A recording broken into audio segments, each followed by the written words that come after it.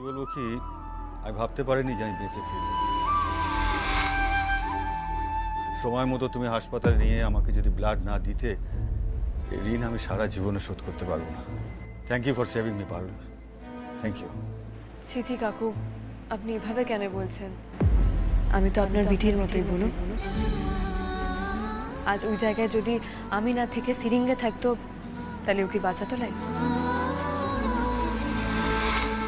সবাই যদি তোমার মতো ভাবতে পারুল, তাহলে পৃথিবীটাই অন্যরকম হয়ে যেত।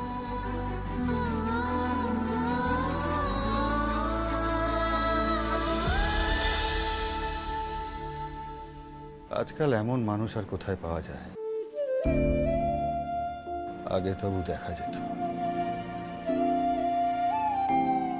তোমাকে দেখে আমার একজন চেনা মানুষের কথা মনে পড়েছে।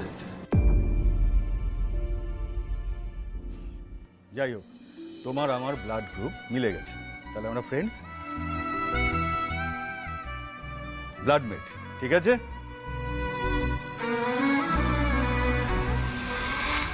আচ্ছা বেশ তাই।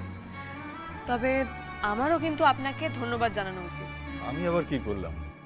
ওই যে ম্যাচের দিন, ওই দিন আপনি কত ভালোভাবে আমাকে উৎসাহ দিলেন। আপনি তো সিরিঙ্গের বাবা, আর সিরিঙ্গে আমারই কম্পিটিটর, তাহলে সেই অনুযায়ী আপনি তো আমাকে এনকারেজ লাই করতে পারতেন। কিন্তু তাও আপনি আমার কাছে এসে কত সুন্দর সুন্দর কথা বলেন। আসলে কি জানো পারুল, প্রথমে আমি আমার মেয়ের কম্পিটিটর হিসেবেই তোমায় দেখেছি। তারপর তোমার সার্ভ করা দেখে আমার পুরোনো দিনের কথা মনে পড়েছিল। আমি ঠিক এরকম ক্যালকুলেশন করে সার্ভ করতাম। তুমি আমাকে আমার কলেজের জীবনে ফিরিয়ে নিয়ে গেছি। তোমার মধ্যে আমি আমার নিজের ছায়া দেখেছি পারুল। থ্যাংক ইউ কাকু।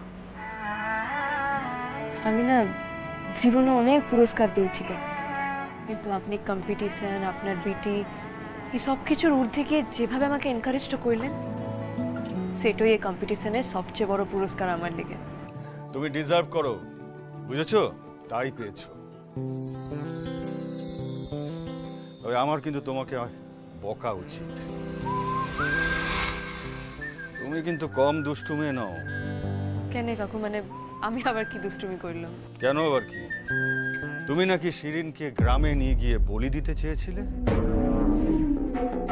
যা ভীতু মেয়ে আমার, তার উপর কেউ ভয় দেখায় এরকম? কাকু, আমার কাছে সত্যি বলতে গেলে আর কোনো উপায় ছিল নাই। তবে ওর যাতে কিছু না হয় সেসব প্রোটেকশন নিয়েই আমরা সবটা করেছিলাম। আচ্ছা কাকু, আপনি যেহেতু বললেন আমরা ফ্রেন্ডস এখন, তো আপনাকে ফ্র্যাঙ্কলি একটা কথা বলতে পারি?